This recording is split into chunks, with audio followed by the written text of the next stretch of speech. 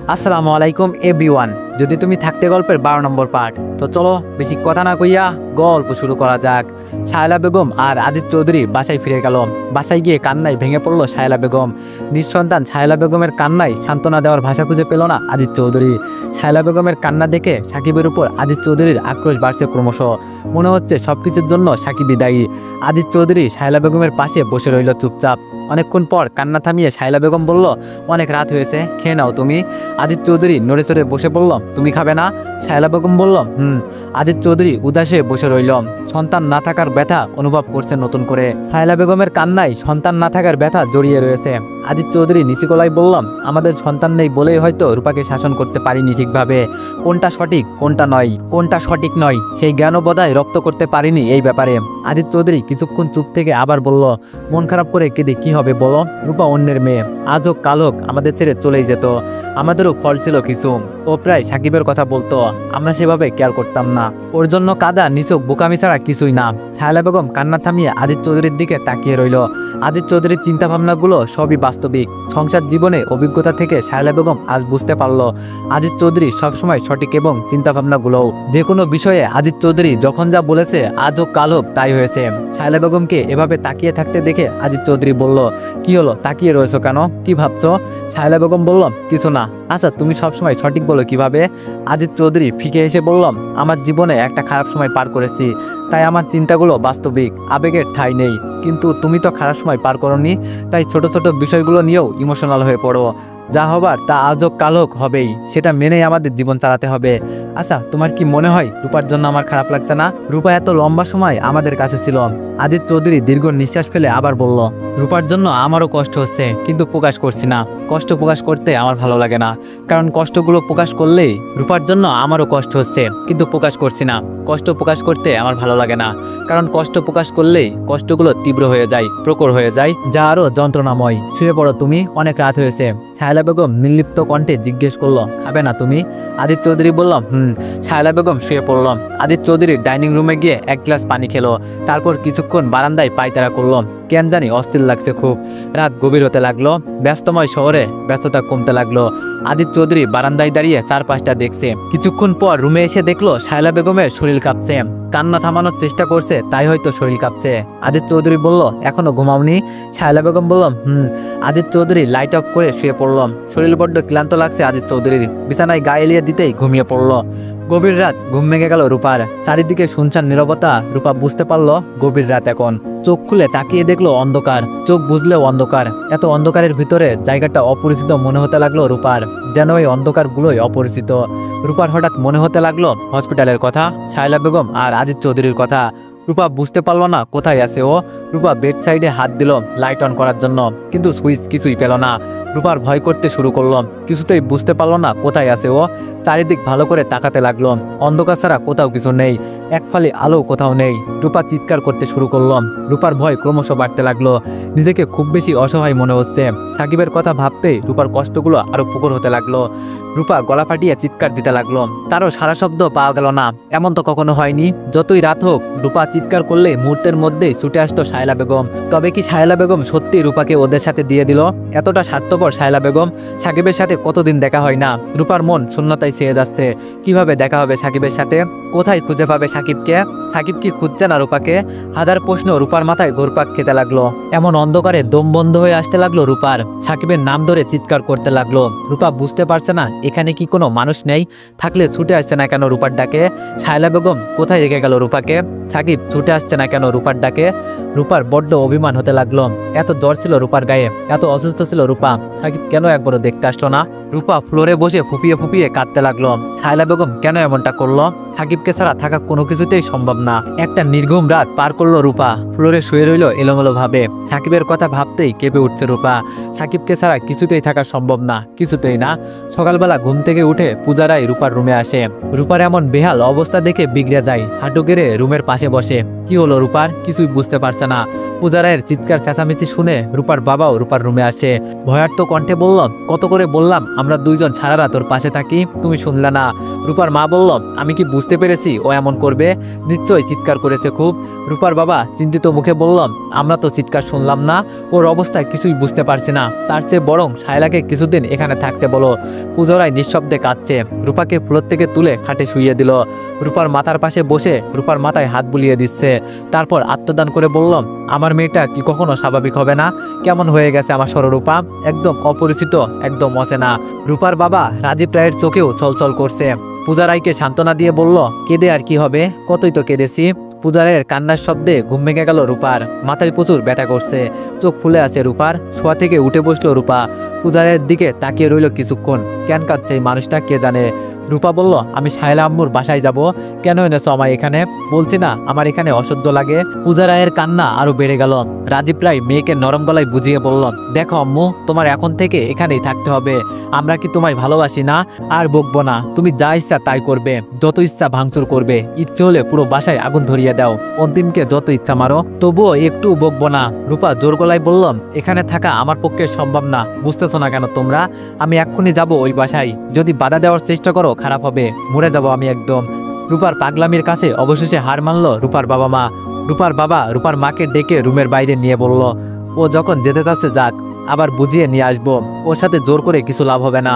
রূপার মা রূপার বাবার দিকে অসহায় দৃষ্টিতে তাকালো। খানিক বাদে তারা রূপাকে নিয়ে রওনা হয় সাহেলা বেগমের বাসার উদ্দেশ্যে। রূপা যেন হাঁপ ছেড়ে বাঁচলো। সাহেলা বেগমের বাসায় গেলেই সাকিবের সাথে দেখা হবে ভাবলেই প্রশান্তি অনুভব করে রূপা। রূপা সব অসহায়তা, সব কষ্ট যেন নিমিষেই মুছে গেল। রূপা একরাশ প্রশান্তির সাহিত্য নিঃশ্বাস ফেলছে। ইস, কতদিন দেখছে না সাকিবকে। সাকিবটাও বড্ড স্বার্থপর। এতদিনে কিভাবে থাকলো রূপাকে ছেড়ে, ভাবতেই অভিমানে ভরে ওঠে রূপার মন। সাকিবের বাবা মা গ্রামের বাড়ি চলে যাচ্ছে। সাকিব তাদের এগিয়ে দিতে বাস স্ট্যান্ডে যাচ্ছে। সাকিবের বাবা মা তেমন কথা বলছে না সাকিবের সাথে। নিজেকে খুব বেশি অপরাধী মনে হচ্ছে সাকিবের। অন্যদিকে রূপার কথা ভাবতেই সাকিবের বুকের ভিতর কেঁপে ওঠে। কবে ভাত খেয়েছে তা ভুলে গেছে সাকিব, কবে ঘুমিয়েছে তাও মনে নেই। যে করেই হোক রূপাকে খুঁজে বের করবে। আবার যাবে সাহেলা বেগমের বাসায়। যেই মানুষটার সাথে প্রতি মিনিটে মিনিটে দেখা হতো, সেই মানুষটার সাথে একবার দেখা করার জন্য আজ কত প্রচেষ্টা। যেই মানুষটা সবসময় চোখের সামনে সামনে থাকতো, আজ সেই মানুষটাকে হাজারও খুঁজে পাচ্ছে না। সাকিব যেন কষ্টে পাথর হয়ে যাচ্ছে, কষ্টের বহিঃপ্রকাশও করতে পারছে না। কি যে নিদারুণ কষ্ট, যন্ত্রণা বয়ে বেড়াচ্ছে প্রতিনিয়ত, তা কে জানে, কে বোঝে। সাকিবের বাবা মাকে বাসে বসিয়ে দিল। বাস ছাড়তে এখনো আধা ঘন্টা দেরি। সাকিব বাবা মায়ের চোখে চোখ রাখতে পারছে না কিছুতেই। অপরাধ বোধ, সংকোচ, দ্বিধা কাজ করছে খুব। সাকিবের মা ক্ষীণ গলায় বলল, তুইও চল আমাদের সাথে গ্রামে, কয়েকদিন থেকে আসবি। প্রতি উত্তরে সাকিব একটু ফিকে আসলো। সাকিবের বাবা ছলছল চোখে বলল, বাপ যা করিস ভেবেচিন্তে করিস, শুধু মনে রাখিস পুরো পরিবারটা তোর দিকে তাকিয়ে আছে। তুই সবার আশা ভরসা, যা হবার হয়েছে, তবে এমন কিছু করিস না যাতে আমাদের আরো কষ্ট পেতে হয়। সাকিবের বাবা আর কিছুই বলল না। বাস ছাড়ার সময় হয়ে গেছে। সাকিব দাঁড়িয়ে আছে একপাশে। জানালার ফাঁক দিয়ে সাকিবের মা সাকিবের দিকে ছলছল চোখে তাকিয়ে রইল। সাকিব অপরাধী ভঙ্গিতে তাকিয়ে রইল। বাস আপন গতিতে চলতে শুরু করলো। সাকিব এক দৃষ্টিতে তাকিয়ে রইল যতক্ষণ বাস দেখা গেছে। অনেকক্ষণ উদাসভাবে তাকিয়ে থেকে হাঁটতে শুরু করলো সাকিব। রূপার বাবা মা আর রূপাকে দেখে অবাক হয়ে গেছে সাহেলা বেগম। রূপা শুধু সাকিবের রুমের দিকে তাকাচ্ছে। ছটফট করতে লাগলো রূপা। সাহেলা বেগম রূপার বাবা মাকে দেখে আদিত্য চৌধুরীকে ডাক দিল। আদিত্য চৌধুরী তাদের দেখে অবাক হয়ে গেল। পূজারাই সবকিছু বলল সাহেলা বেগমের কাছে। সাহেলা বেগম নিরাশ হয়ে বলল, কি করবি তো এখন? পূজারাই দীর্ঘ নিঃশ্বাস ফেলে বলল, জানি না, তুই একটু রূপাকে বুঝিয়ে বল। আর আমরা সামনের মাসেই রূপাকে নিয়ে দেশের বাইরে চলে যাব। প্রণয়ও আসবে। সাহেলা বেগম খুব ভালো করেই বুঝতে পারছে রূপা কেন এই বাসার প্রতি এত টান। সাহেলা বেগম কিছুক্ষণ চুপ থেকে বলল, রূপা কই গেল?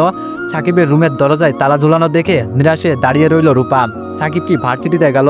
রূপা চোখ বেয়ে পানি গড়িয়ে পড়তে লাগলো। কতদিন দেখা হয় না সাকিবের সাথে।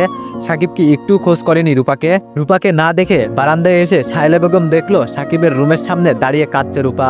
সাহেলা বেগম যা সন্দেহ করেছিল রূপাকে দেখে তাই হলো। সাহেলা বেগম রূপাকে ডাক দিল। রূপা হকচকিয়ে উঠে চোখ মুছে স্বাভাবিক হওয়ার চেষ্টা করলো। রূপা বলল, আসছি। রূপা দ্রুত পায়ে সাহেলা বেগমের কাছে গেল। রূপার বাবা মা আর আদিত্য চৌধুরী সবাই বসে কথা বলছে।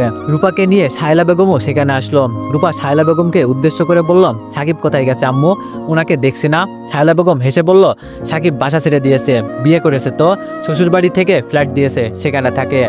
রূপার মাথায় যেন বাস পড়লো। কি বলছে সাহেলা বেগম এইসব? রূপা পাগলের মতো চিৎকার করে কাঁদতে লাগলো, বিলাপ করতে লাগলো। রূপার বাবা মা বুঝতে পারলো না রূপা এমন কেন করছে। সোফার কাছে থাকা ফুলদানিটা নিয়ে নিজের শরীরে আঘাত করে রূপা, তারপর ফুলের ঢলে পড়ে। রূপার শরীর থেকে রক্ত ঝরছে। রূপার মা চিৎকার করে গিয়ে রূপাকে জড়িয়ে ধরে।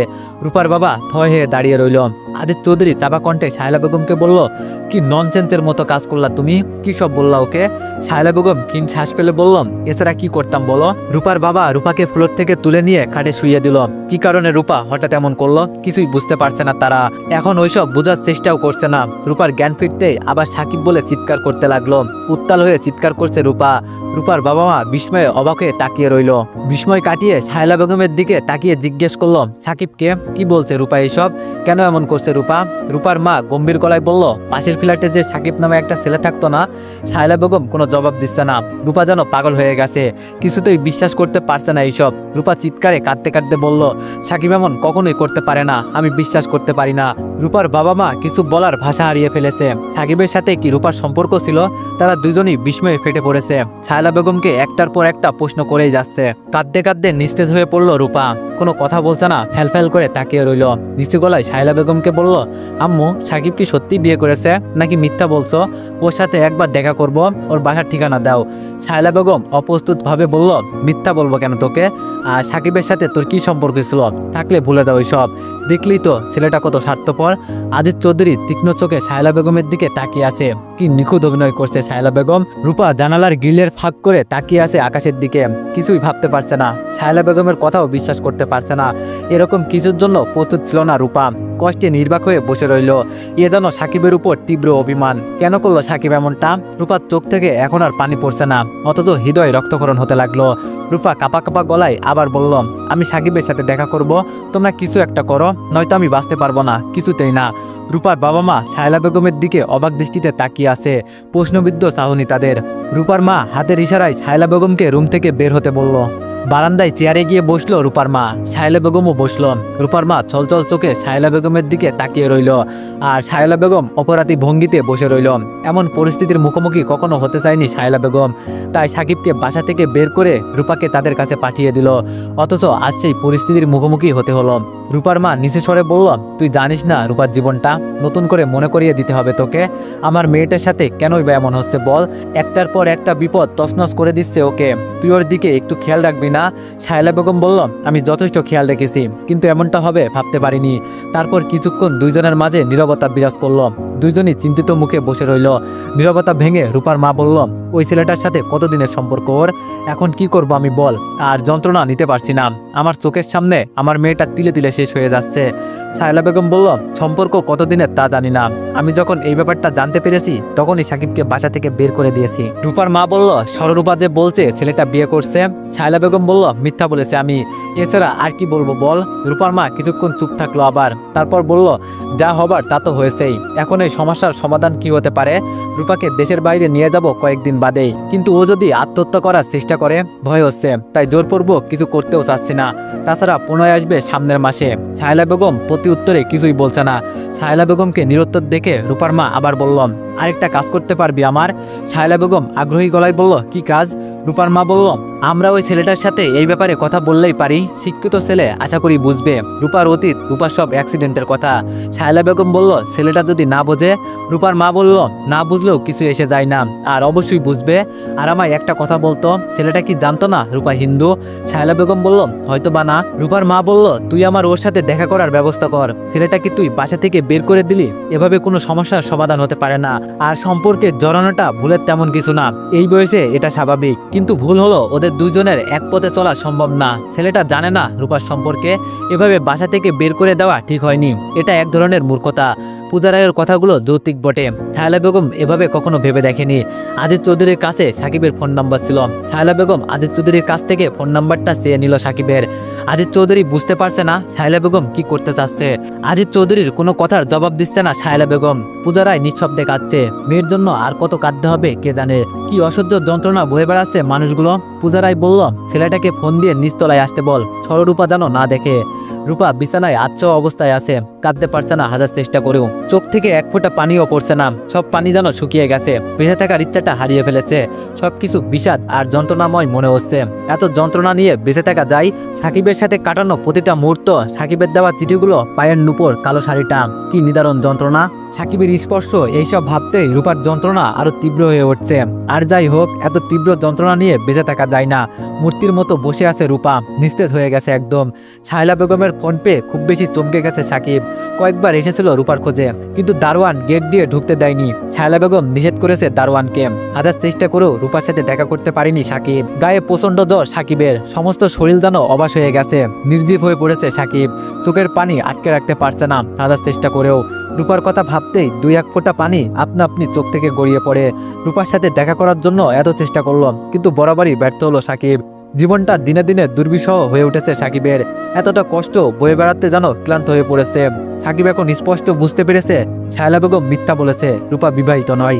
শায়লা বেগমের ফোন পেয়ে হতভম্ব হয়ে গেল সাকিব। কেন যেতে বলছে শায়লা বেগম? সাকিব ভাবতে পারছে না কিছুই। হাজার প্রশ্ন উকি দিচ্ছে সাকিবের মনে। রীতিমতো ঘামতে শুরু করলো সাকিব। কি এমন কারণ থাকতে পারে যার জন্য শায়লা বেগম ফোন করেছে? সাকিবের ভাবনা শেষই হচ্ছে না। যদি এমনটা হয় রূপার সাথে সম্পর্ক মেনে নেয় সবাই। উত্তেজনায় দম বন্ধ হয়ে আসছে সাকিবের। পরনে যা ছিল তাই পরেই রওনা হলো সাকিব। পথ যেন শেষই হচ্ছে না সাকিবের। হাত পা খানিকটা কাঁপছে। রূপার মুখটা কতদিন দেখছে না। কেমন আছে রূপাটা কে জানে, হয়তো খুব পাগলামি করছে। সাকিব বলল, মামা একটু তাড়াতাড়ি রিক্সা চালান না। রিক্সাওয়ালা বিরক্ত হয়ে সাকিবের দিকে তাকাই। এই নিয়ে কম হলে 10 বার এই কথাটা বলছে সাকিব। রিক্সাওয়ালা বলল, আপনার এতই যখন তারা হেলিকপ্টারে করে যাইতে পারতেন। রিক্সাওয়ালার কথার প্রত্যুত্তর করলো না সাকিব, যেন পথই শেষ হচ্ছে না। কি বলতে ডেকেছে শায়লা বেগম? সাকিবের বুকের মাঝে মোচড় দিয়ে উঠছে বারবার। রিক্সা এসে থামে চিরপরিচিত সেই বাড়িটার সামনে।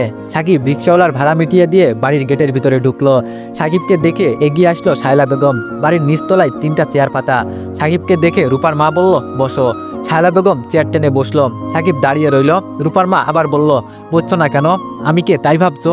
আমি সররূপা রঞ্জন রায়ের মা, যাকে তুমি রূপা নামে চিনো। সাকিব তীক্ষ্ণভাবে তাকিয়ে দেখছে পূজা রায়কে, শীতিতে সিঁদুর দেওয়া, হাতে সাদা শাঁখা। সাকিব নিচু গলায় বলল, সররূপা রঞ্জন রায়?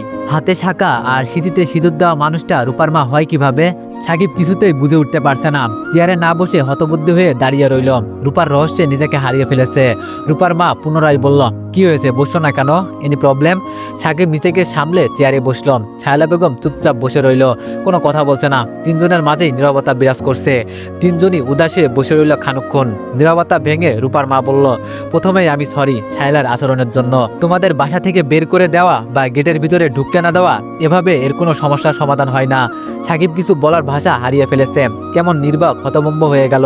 নিজেকে সামনে বলল, আপনি রূপার মা? পূজারাই মাথা ঝাঁকিয়ে বলল, খুব হতভম্ব হয়ে গেলে আমায় দেখে। তুমি হয়তো জানতে না রূপা হিন্দু, তাই তো? আমিও এমনটা ভেবেছিলাম। আরো অনেক কিছু আছে, তা তুমি জানো না। সবটা তোমায় জানিয়ে এই সমস্যার সমাধান করা উচিত, তাই তোমায় ডেকেছি। সাকিবের চোখের কোণে জল জমছে, মাথার ভিতর জিমজিম করতে লাগলো। কি হচ্ছে এইগুলা? সাকিব হিসাব মিলাতে পারছে না। তো এভরিওয়ান, কালকে হচ্ছে সমাপ্ত পার্ট। তো আজকের পার্টটা একটু ছোট হলো, তোমায় কেউ কিছু মনে করো না। তো নেক্সট পার্টের জন্য অপেক্ষা করো। ধন্যবাদ।